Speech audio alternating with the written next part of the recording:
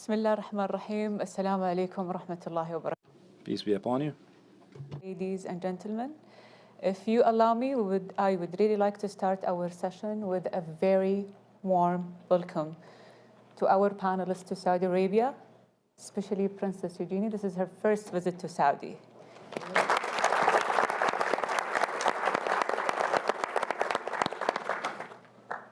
So, this is such a pleasure. Honestly speaking, I feel humbled, pleased, and very proud to be amongst our speakers today. This is Ala Al-Mujhid. I am the Chief Officer of Knowledge and Research at the Riyadh Center for Research and Studies, a center that is focused on culture, soft power, and cultural bridging between Saudi and the world. Without further ado, I think you're very excited to hear from our speakers. So shall I begin with introducing them to you? We'll start with Her Royal Highness Princess Rima bint Bandar, one of our most inspiring women leaders in Saudi. She's our ambassador to the US.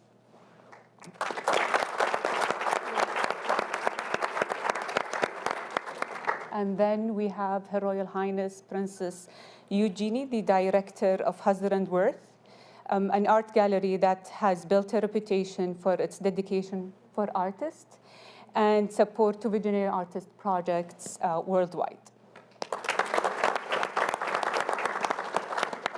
Then we have with us here today His Excellency, Mr. Hamid Faiz, the Vice Minister of the Ministry of Culture in Saudi Arabia.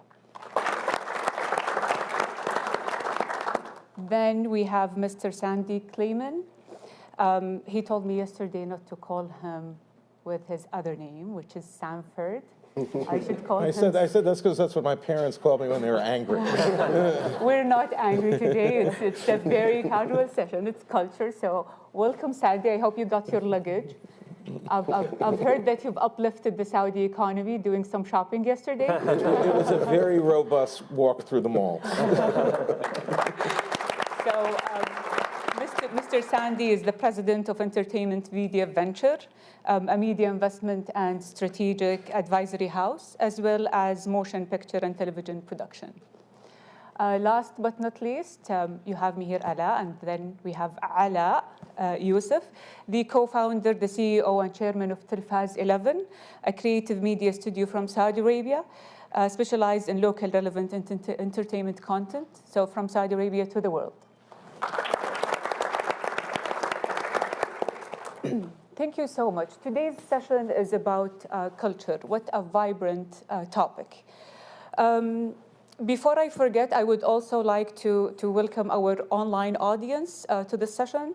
If they want to share their thoughts, they should use the hashtag specialmeeting24, and you're more than welcome to share the same hashtag as well.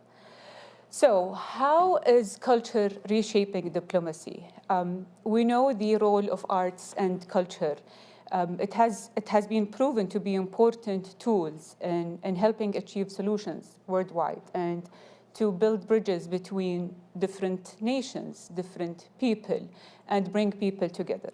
How can culture lead the way in catalyzing cross-border, human-to-human connections in a fragmented world?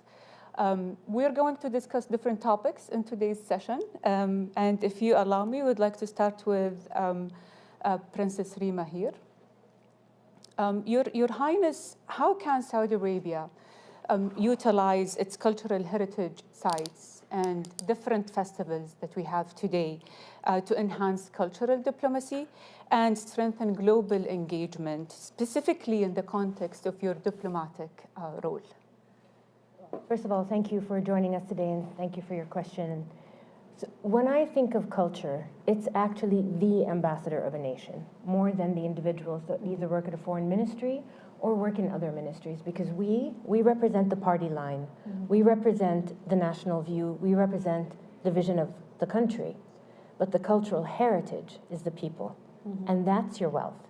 And so when you look at the cultural heritage of the kingdom, for many, many years, His Excellency Hamid Faiz was just telling us about this, we had it. We just never not only used it appreciated it, or loved it. And right now, what you're watching is a renaissance of this country falling in love with its heritage, this country discovering its heritage. And inviting people onto that discovery is what changes minds. It's not going to be by the press releases. It's not going to be by the diplomats knocking on the doors of other diplomats. It's people coming here, meeting our people, listening to our voices, seeing our art, tasting our food. And so when I invite people to the kingdom, I find what changes their mind is not meeting the politicians. It's meeting our people and seeing the heart of this kingdom. And we've been blessed. And what we've been blessed with is beautiful, magnificent places like Al-Ula, like Al-Dir'iyya, Asir. My God, I can't even name all the beautiful places in Asir. If you haven't been in Al-Hassa, it's exceptional what exists in this country. And these are gifts. And if you're given a gift, what more magnificent thing is there than to share that gift? And that's the value of the cultural diplomacy, because people understand people. People make peace with people. People embrace other people. And culture is the language that I believe is the best language in dialogue for cultural, not exchange exclusively, but for the exchange of humanity, I believe. And so here we are. That reminded me of something very important, which is, I would say, investing in the human capital. As you just mentioned, like every one of us can be a diplomat for his own culture. How do you see us investing in that part, especially when it comes to youth engagement globally and being like a global citizen? How can youth be diplomat to their own countries? So I see it in a lot of the projects in each of these mega projects or giga projects where they're actually employing people from the area they're in. Dir'iyya, Ahl al-Dir'iyya are working there. Asir, like we said, in Al-Ula. And they're sending them out to receive the learning of the best that exists in the world to bring it back here.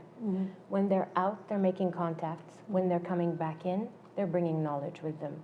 That in and of itself, that exchange is an act of diplomacy, because I'm taking this youth that we have, gifting them out, but receiving the gifts of education and bringing it back to the country. And people ask me a lot, where is this going? And I have two answers for you. Number one, you have to have faith. You have to have faith that we are actually committed to this cultural transformation and this cultural immersion for ourselves. We're gifting it to you, but we're doing it for ourselves. And so if you have to have that sense of faith. But if you ask anyone working in any of our ministries and any of our entities, what they're praying for is time. And the time that they need is the time for our young people to learn the industries, to be exposed to the industries, to be engaged with their colleagues at a global level so they can bring back the global expertise. We only know what we know.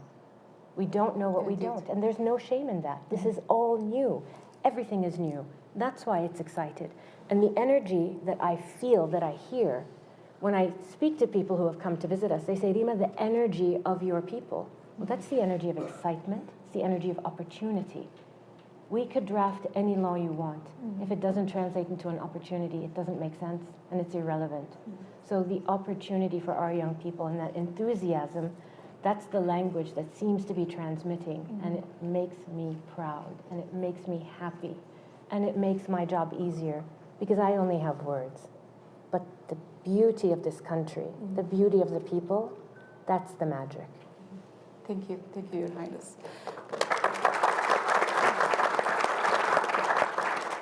Moving to Princess Eugenie, Your Highness, as an influential figure, how do you perceive the role of cultural diplomacy in strengthening bilateral and multilateral relations between countries, particularly in today's, I would say, interconnected world?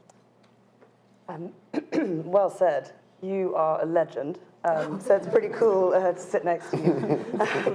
I also, as a person who's been working in culture and in art for over 10 years now, and I studied art, I love the fact that culture is, at the World Economic Forum, and I think it speaks volumes that it's my first visit to Saudi with my sister, but your focus and the vision for 2030 with what's happening in Saudi is just remarkable. And I think with my background in art, with my upbringing, I think to see art, to see the hungry nature that culture is doing in Saudi is so exciting and vibrant. And I think that, as you say, it translates to the world.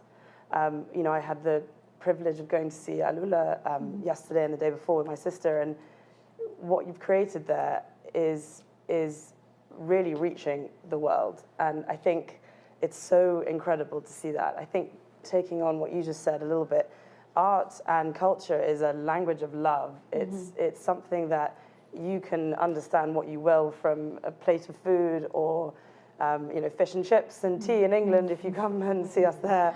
And you can take as much joy from those things that we take from visiting Alula and seeing your incredible sights, but also tasting your food and understanding that. And I think not just being influential, but being anybody, you can, that is something that's something should be so cherished, you know? An artist called Doris Salcedo, I'm going to quote her, she said, art can facilitate exchange between people from different realities. And I think my background in art has really shown me that, you know, it's a non-conflictive language in a time which is uncertain in many respects. This is an opportunity for everyone to feel hopeful and feel the joy and get excited about what's to come and how they can learn from anyone in the world.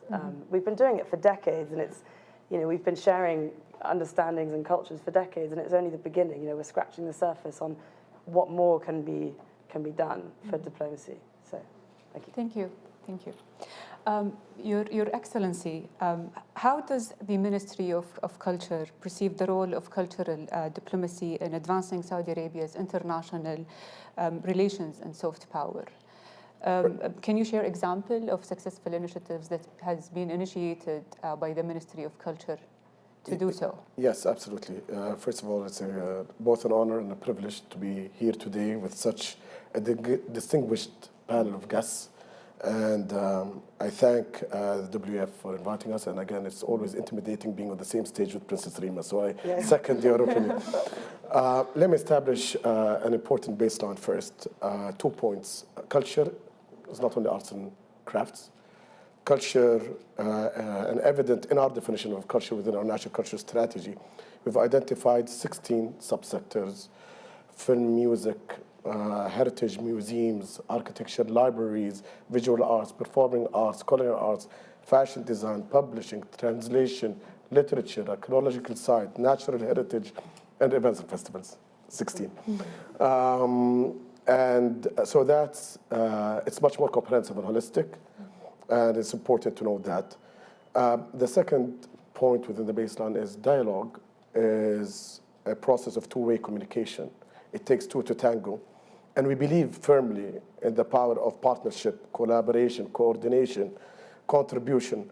So we think there are synergies to be realized through having partners with others around the world. But going back to your question, I think there are two roles that are very important for culture to play, whether it's the ministry or elsewhere. And we don't own it. Culture is owned by everyone. One is understanding common ground, and two is celebrating differences. What does that mean? So in terms of understanding common ground, who here doesn't like to watch a movie or listen to music or read a book or eat food at least? We ended up actually loving the Americans through Hollywood when we were younger. So there's more that unites us than separates us, regardless of nationality, gender, ethnicity, or religion. And celebrating the love and consumption of culture brings people together and fosters dialogue. The second point is celebrating differences. What does that mean? So through culture, you get to recognize other people's identity. And when you do that, you actually sympathize with the different perspectives they may have on beliefs, on values, and that creates empathy towards those who look differently, eat differently, dress differently to how we do.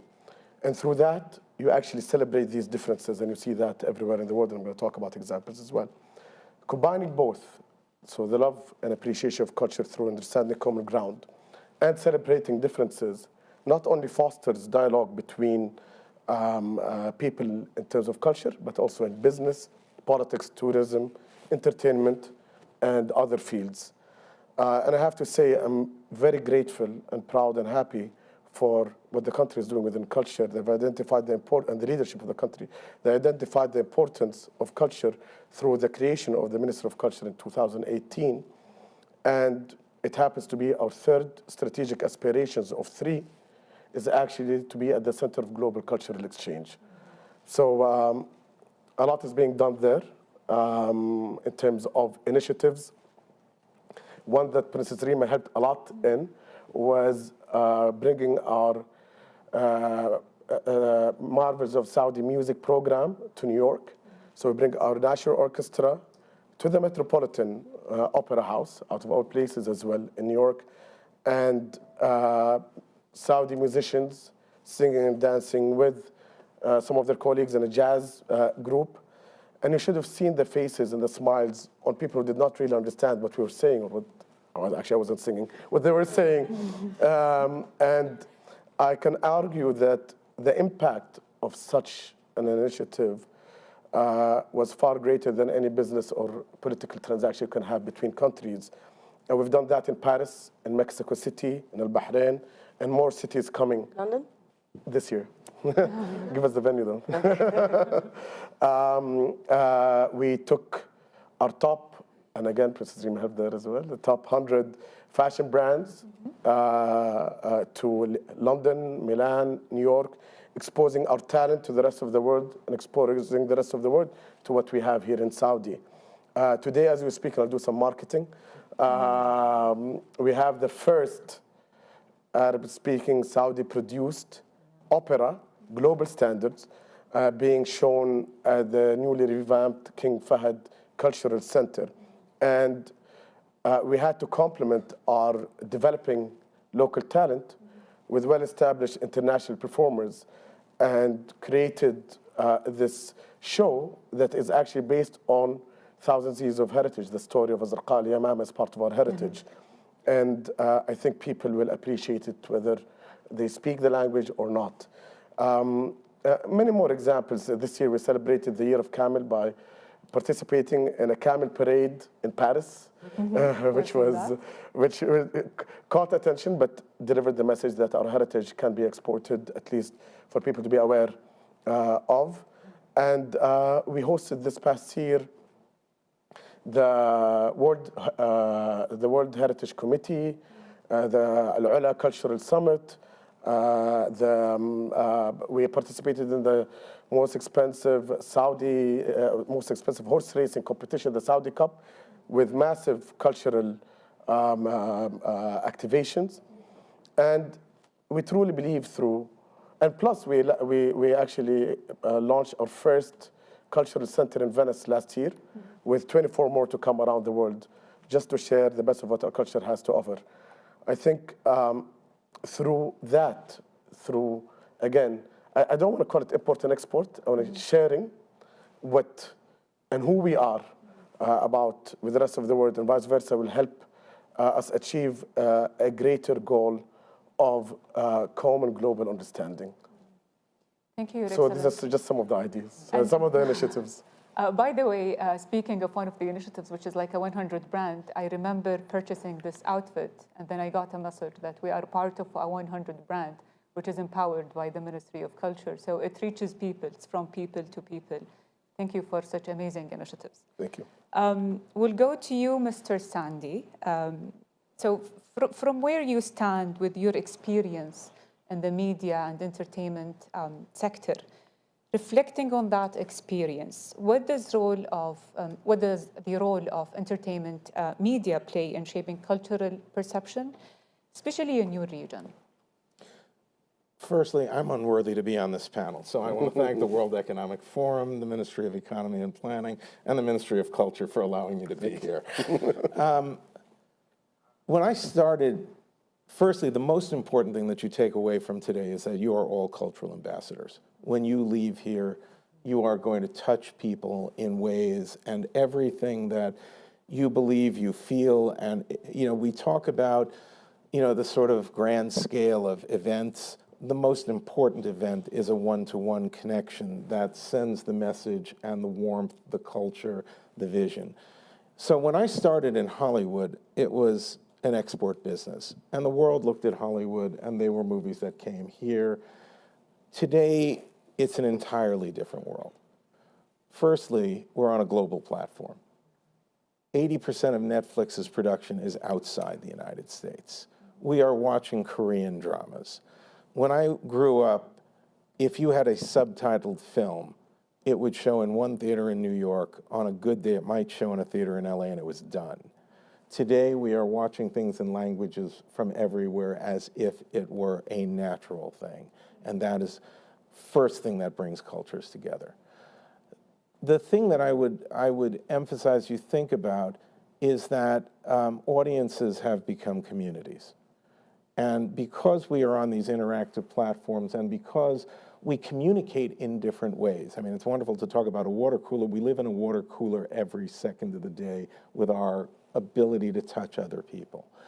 And when you look at what the audience is, they are fans. And those fans are now part of communities rather than going and seeing something and then internalizing it and maybe talking about it. You're talking about it all the time.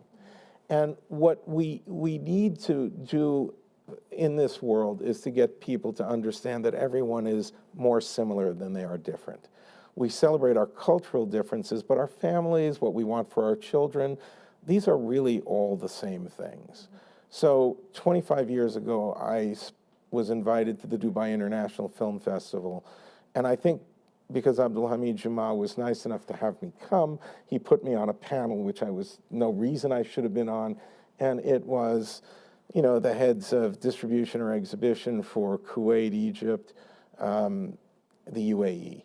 The only film they talked about was Caramel.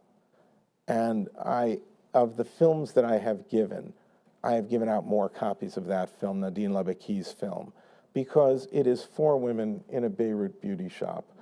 It could be anywhere in the world. Their issues, their loves, their troubles, what is happening in their lives is universal, and yet it is uniquely Beirut. And Saudi Arabia is today, we will have locuses of excellence in creativity all over the world. Japan, Korea, the ASEAN regions, Latin America, Africa. One of those locuses of excellence that will travel worldwide will be Saudi Arabia, based on what is going on here, the extraordinary youth here, the sense of the creativity, the fact that the youth here and Saudi population in general, per capita, is the most digitally engaged community anywhere in the world. We have tools coming that will turn amateur and semi-professionals into near-professional creators. We are communicating in everything from long form to short form. And we will have an explosion of storytelling here. The news divides us. We need people not divided. We need people to listen to each other with the empathy that was talked about. And it is through storytelling.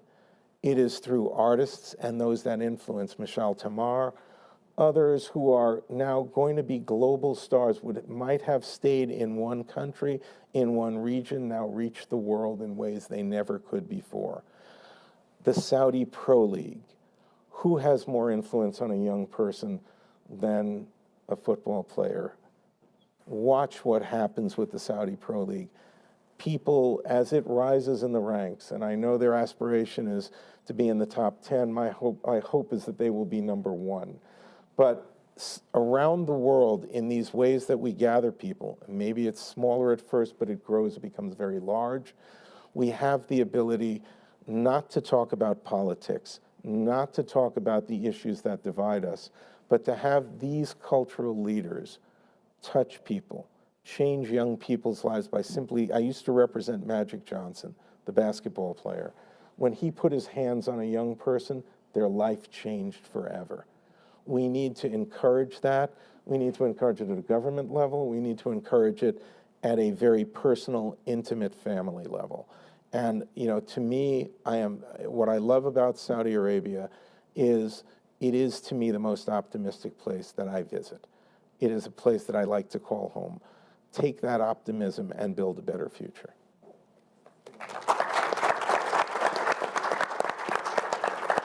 Thank you, Mr. Sandy. Mr. Ala, as the CEO of Telfaz 11, how do you see the role of digital media and content creation in cultural bridging, diplomacy in the region? All right. Well, first of all, thank you for having me. Speaking of being unworthy, wow, man, I'm typically a visual, I communicate visually. So I apologize in advance if I'm not as eloquent as everybody that's on this panel, but I'll try my best. Doing well. Thank you. No, I didn't say anything yet. So.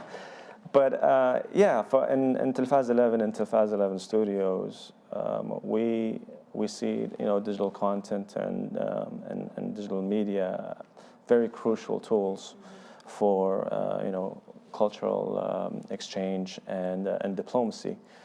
And what we do is there's several ways that we kind of leverage that. One of them, and I think it's one of the more important ones, is storytelling and cultural representation. So in Telfaz 11, and especially what we do with our films and our content, we try to, and what we do is we tell our stories authentically as we can, and try to represent our culture in an accurate and an appealing way. And I think that's very, very important for us. One of the main ways that we can kind of promote cultural exchange is to make sure that people can have access to our content and have tell our stories authentically, so they can have access to what are the different nuances of this culture. Again, like how it's been said on this panel, that we're all people and we can connect through these stories. But there are very different nuances in different cultures.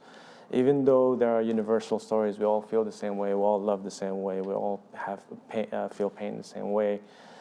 But there are very interesting nuances in different cultures that make these stories very interesting, that come from this region, and this is what we try to do here. And also in a region that's typically misrepresented in a global media, we try to take it upon ourselves to kind of have a counter narrative, right? And make sure that our content represents our culture accurately and appealingly, in an appealing way, just to make sure that our content is a good bridge between cultures. Thank you. Yeah. Thank you, Mr. Thanks. Going back to you, our ambassador. In your opinion, what role can cultural diplomacy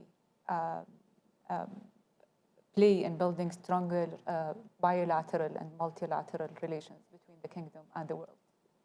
So the example that His Excellency gave of the musical concert that came to New York, we were in the Metropolitan Opera House, quintessential pinnacle of culture in New York, with a Saudi orchestra, young men and women singing, playing the drums of our culture, with a jazz band, the Dizzy Gillespie heritage, American jazz heritage.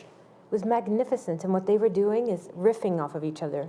They'd play, they'd listen, they'd answer each other with the instruments and the sounds of each other's culture. Watching that was one of the most electrifying things. I don't know if it conveys as well on video as it did in real life, but in real life, anybody watching this and listening was holding their breath. It was phenomenal. That kind of exchange, when somebody leaves that room, they leave positive, happy, energized, excited. And it's a very different feeling than what was happening throughout the day. It was the same week as the United Nations. What was happening at the UN? Discourse, clash, stress, tension, but it was still two cultures speaking to each other, exchanging thoughts. But by exchanging sounds, they came together. And that was such a magical shift of perception for me, that what would it look like if we could actually before conflict happens, understand each other. Before conflict happens, engage with each other. And it is a painful time for us, by the way, in this part of the world. I don't need to tell you how painful it is because you see it every day on your social media. But if you had the narrative of unity through culture, you wouldn't hate as much. And not only would you not hate as much, those that today hate you wouldn't hate you. Those who fear you wouldn't fear you. But I live in the United States today where the dialogue are, do Muslims and Jews hate each other? No, we do not. We're people of the same faith. We come from the same traditions. We worship the same God. We believe in the prophet of the Jewish faith. We do. We're a union. We're a continuation. But that seems to have been lost in conflict, and that breaks my heart. So how can we bring ourselves back together? Through culture. Because one day this war is going to stop. And what's going to be left? Pain. Or we have a choice. And through culture, it's the only way we're going to be able to speak to each other, because the pain will be so great the day after. It's going to be so painful. And it doesn't matter which side. It doesn't matter whether it's students in a university in the United States or it's people in Israel and in Gaza. Pain is pain, it's real, and it's felt truly by the people on the ground, and it's felt truly by people at a distance. But what can bring you together, and what has brought people together in the past? It's movement, it's music, it's community. It breaks the anger, and it breaks through the anger. It's not the solution, but it's one of the remedies, and it's one of the tools to bring us back together. And so I wish to God we did not have to have this conversation of how do we get over the pain of what we're experiencing right now. I wish the diplomatic and political solutions worked, but one day they will. And when they do, culture will be the remedy. It'll be the balsam that makes things better for all of us, because it'll be the only thing that will allow us to unify so we can walk through the pain. And that's what I look forward to. It's what I pray for. It's what I hope for. It's what we as the diplomats work for every day, to conclude our part, to hand it over to the common thread that ties us together. And my only ask of this room, you can agree or disagree with actions, but I beg you, do not let the division tear our faiths apart. Because faith, al-iman, that's what carries us through. That's what we have. That's what unifies us all. And so how can we unify through our faith and through the sounds and expressions of our faith to get ourselves to a better place? Because if we stay entrenched in hate and anger, it's not going to be good for this next generation that in this country is so optimistic, that is so hopeful, that is so joyful and ready to translate its joy around the world. We shall be the ones that take this sense of optimism and joy to Gaza. We will. We will be the ones to translate it all across the GCC and Northern Arabia and Africa, because we know what it feels like. We know what the light feels like. We know what the unification of joy feels like. We know what our cultural pride feels like. And that gift is what we're going to gift young people. And it's going to be you, whoever's listening on the screens, whoever's in this room, when you go home, when you go to your centers, when you go to work.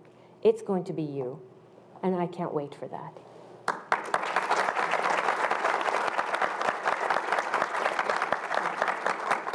Speaking of that, Princess Eugenie, if you can share with us, from your experience, examples of cultural diplomacy, bringing people together and effectively fostered understanding and collaboration between nations and people.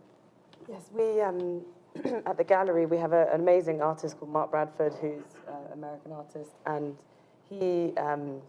he set up, he did a wonderful show in Guadalajara in Mexico, and he brought a bunch of students in to create a big mural piece on a wall in a Mexican museum. And he was there for about 2 months working with these students, and it was students from all walks of life. It wasn't necessarily art students. It was students maybe studying law or practicing something else. And it brought these people to an environment of an art gallery, of a museum, and started to teach them about his practice, but also art in general and things like that. And it fostered this amazing sense of community, which you were talking about, and I think that's that's one of the great things about culture and art, is that it really fosters community, and you know, that was such a brilliant way of how America and Mexico came together in this wonderful moment of teaching and learning, and sort of made a incredible thing that stays in this museum for a long time. I think something else that's interesting is Venice. The Venice Biennale is happening right now. And I saw some things happening from Saudi Arabia. There was an amazing Saudi Arabian pavilion, and it is like the World Cup of art. And so I encourage everyone to see if they can. All countries have chosen an artist to come and represent their country, and it's all happening in one place. It's every 2 years, and you have these moments across the artist world of like a World Cup of art, and it's such a brilliant way of people having conversations, inspiring communities to just talk about what the artist is doing, also representing the global south and different things happening in the world at that moment. And then my final thing I wanted to talk about was I went to the Louvre a couple of years ago, maybe last year, and there was a painting on the wall, and I was like, I really recognize that painting. I'm like, where is that from? It's a big lion. And I was flooded with this childhood memory.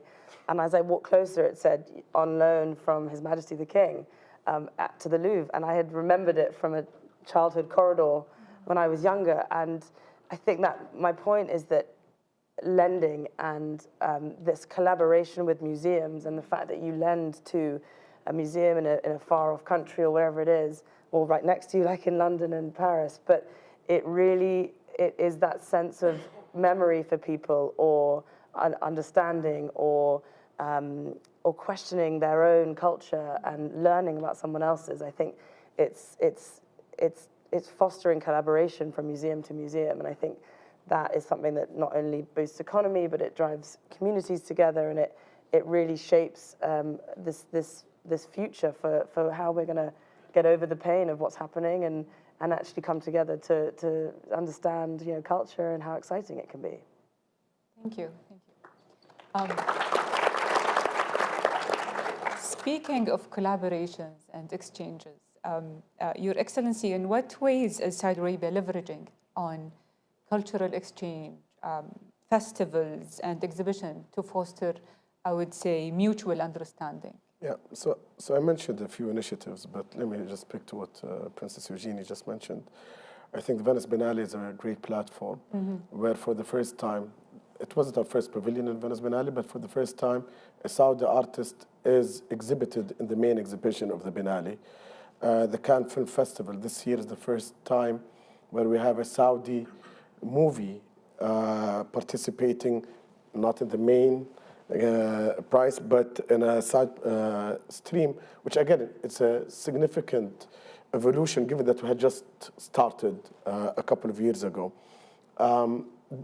We started going back to your point as well in terms of exchange and lending between museums. It's at the core of what we're trying to do, because we're building 25 museums from now till 2030. And it's important to make sure that we have the right collections, the right content, and it's not only about showing what we have, but it's also showing what the best of what the rest of the world has to our people. It's called cultural exchange for a reason. It's two-way, as I mentioned, and I think through whether it's events, seasons, festivals, dishes. So we came out this year as well with last year the national dish, and this year 13 different regional dishes. And the idea is first for us to have pride of what our culinary heritage looks like, but also to export that. I mean, look at what Peru did in terms of food, Korea, Japan, sushi, Italy, pizza, all of that. It adds so much to a country's perception, especially when we are from a country that unfairly gets, I think, stereotyped or judged by the media. I think these cultural initiatives help quite a bit in bringing us together, as Sandy was mentioning, as opposed to separating us. Korean drama, as Sandy mentioned, it wasn't only Squid Games or a movie here or there. You open up Netflix now, and almost every single time, 5 of the top 10 shows or movies are Korean. We want to get to that level, hopefully, and we have a plan. We're well on our way. I think today, I truly do believe in the partnerships and relationships that we're building, and 1 + 1 = more than 2 for sure when you do it right. Thank you. Your Excellency. I think, simply put, I would say the world would be a better place if we just exchange our mom's dishes and try different food. I believe that if you try my mom's dirish, you'll definitely love Saudi Arabia. It's like a gate to Saudi Arabia. I don't know if you'd like my mum's scrambled eggs. Yeah, we'll do that. Mr. Sandy, going to you. Considering the cultural diversity in your region, what potential do you see for the entertainment industry to contribute in cultural diplomacy initiatives? Again, I think it comes down to leadership and vision. This country has great leadership and vision, and we need that across all media, and it is very difficult. I came here for the first time 11 years ago, and I met at the time with His Excellency Ahmed Al-Khatib, who was at the time the head of the General Entertainment Authority. And I did something I probably shouldn't have done, which is I brought a book called Real Bad Arabs, R-E-E-L, Bad Arabs, by the Arab-American film writer Jack Shaheen. And it's 100 years of how Arabs were portrayed in Hollywood movies.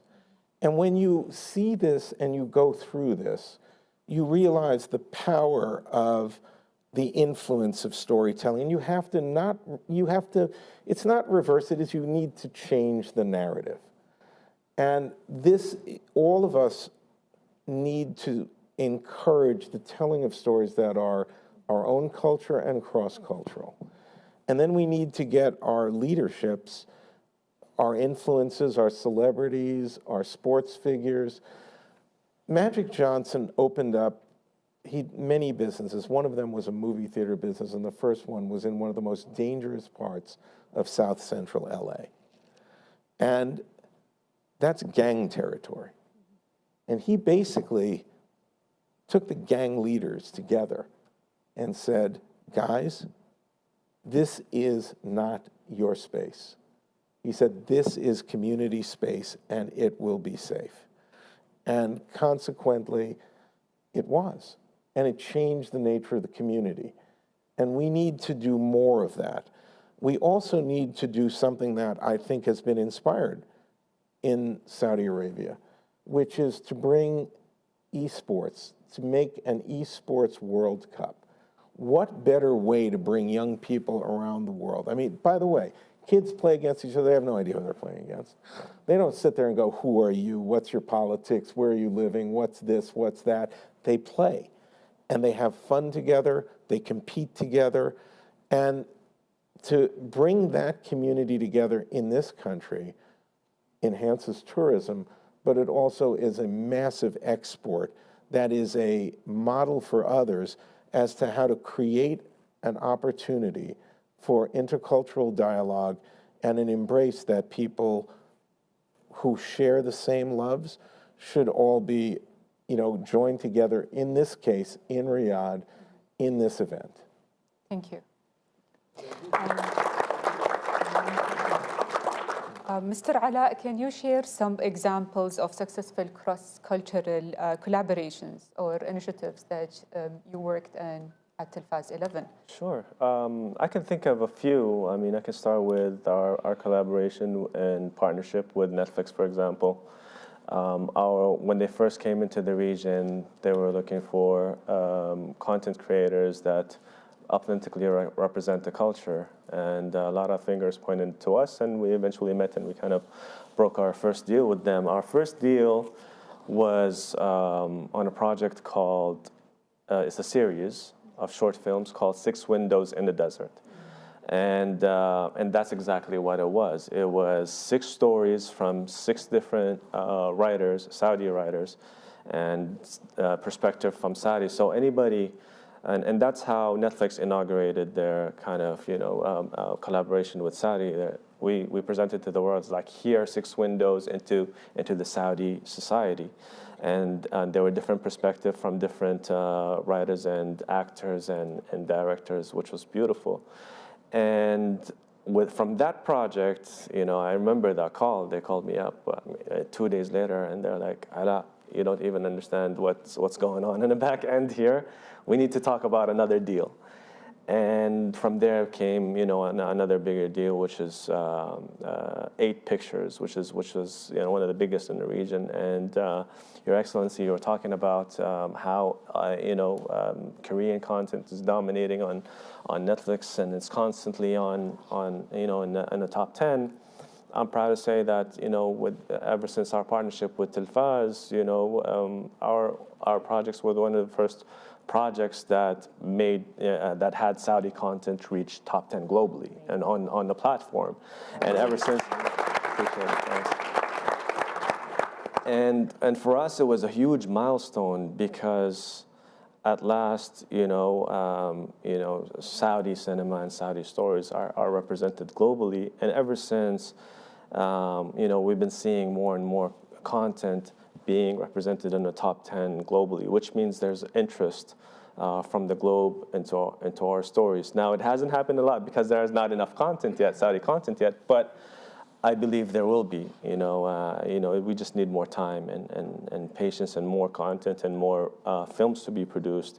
And I am absolutely sure that we will reach the globe and people will have huge interest in Saudi content. Like, again, there are amazing stories that are coming from Saudi. Like, typically we've been a black box. People what the world knows about us is what they hear in the news, but they haven't really heard the stories from the people. I can't tell you how many times I've met people that I've worked with, in the industry, and every time they're like, when they come, their friends are like, are you sure you're going to Saudi? Is it safe? And once they come here and meet the people, they're like, this is such an amazing place, and honestly, they keep coming back, and a lot of them have stayed and they work and they love the culture and they love working here. So that's one example. Another example is of course what we do online with our content and social media. With the democratization of media, it just made it so much easier for people to kind of access our content. So that's one example. But the most recent one that I can think of is through our studio, Vertical, which is, we create long form content and feature films, and we've been blessed that we've been doing such great films that they've been selected through world and global festivals such as TIFF, Toronto International Film Festival. We go to Cannes often. Our latest film, Mendoob al-Lail, it's literally gone around the world in festivals, from the United States, Palm Springs, Toronto, of course, Vietnam, where the director won, the Emerging Director Award, Glasgow. I can name it.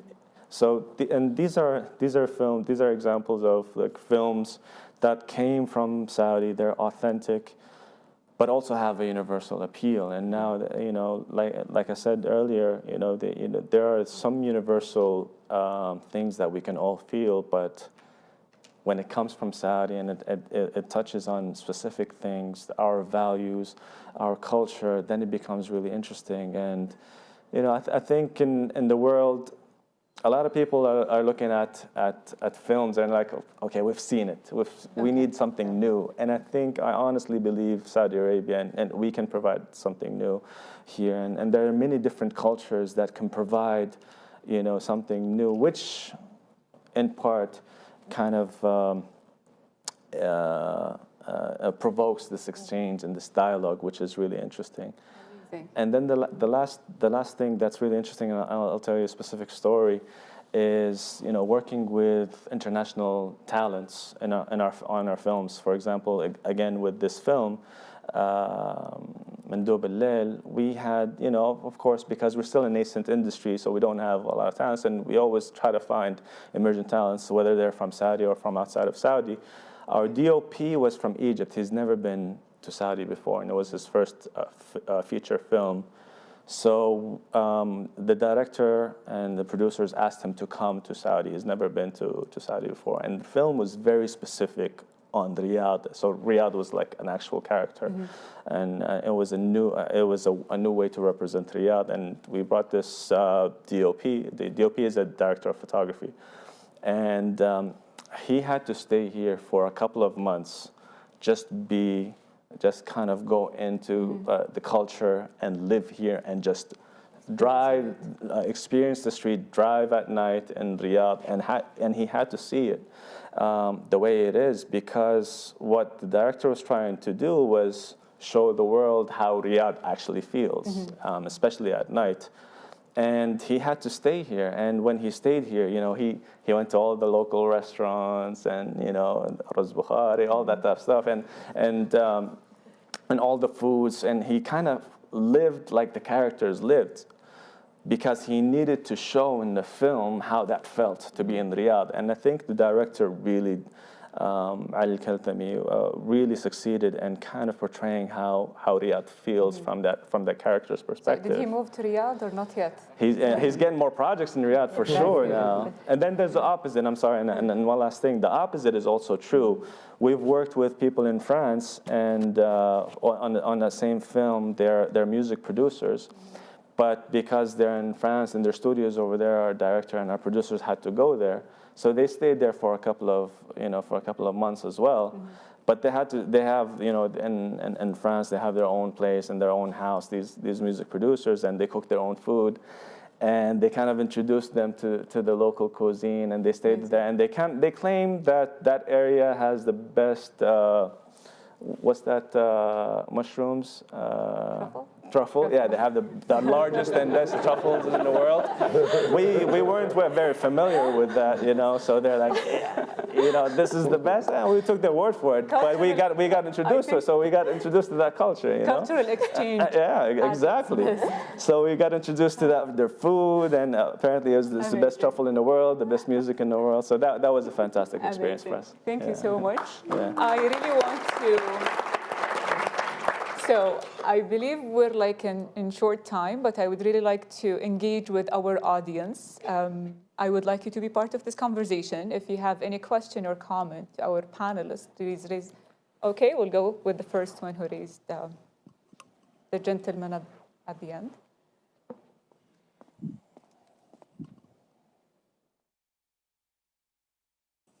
My name is Engineer Muhammad Shafiq, and I'm in Saudi Arabia since 1977, since 45 years.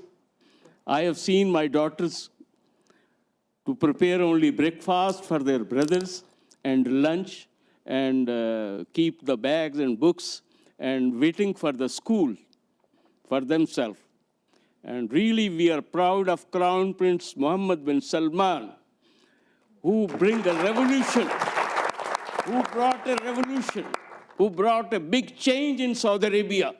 All credit goes to him, and I'm the witness. Thank you. Thank you. Thank you. Any other question, comment? We'll go here. Yeah.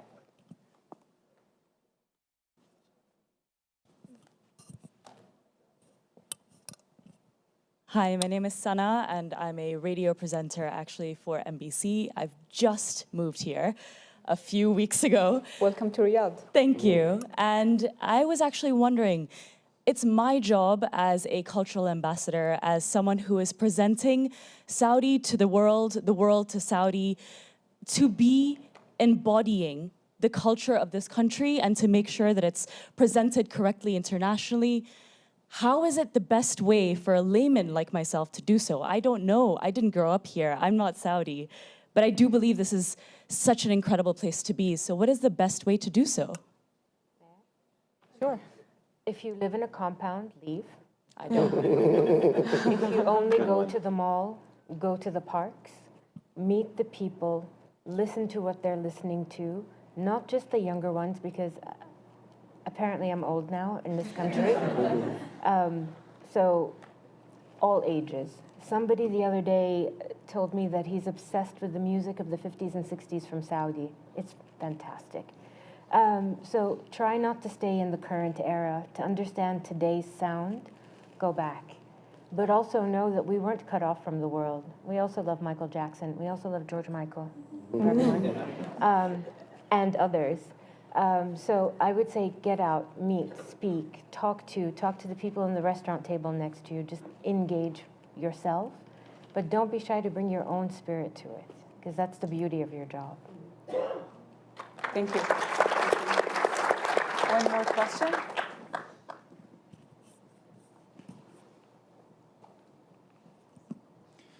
First of all, I love that there is a panel dedicated to culture at the World Economic Forum, because as someone working on cultural diplomacy and nation branding and so on, I've just heard at a conference in London dedicated to soft power that around 30% of a country's income and foreign direct investment and so on can be attributed to its actual perception.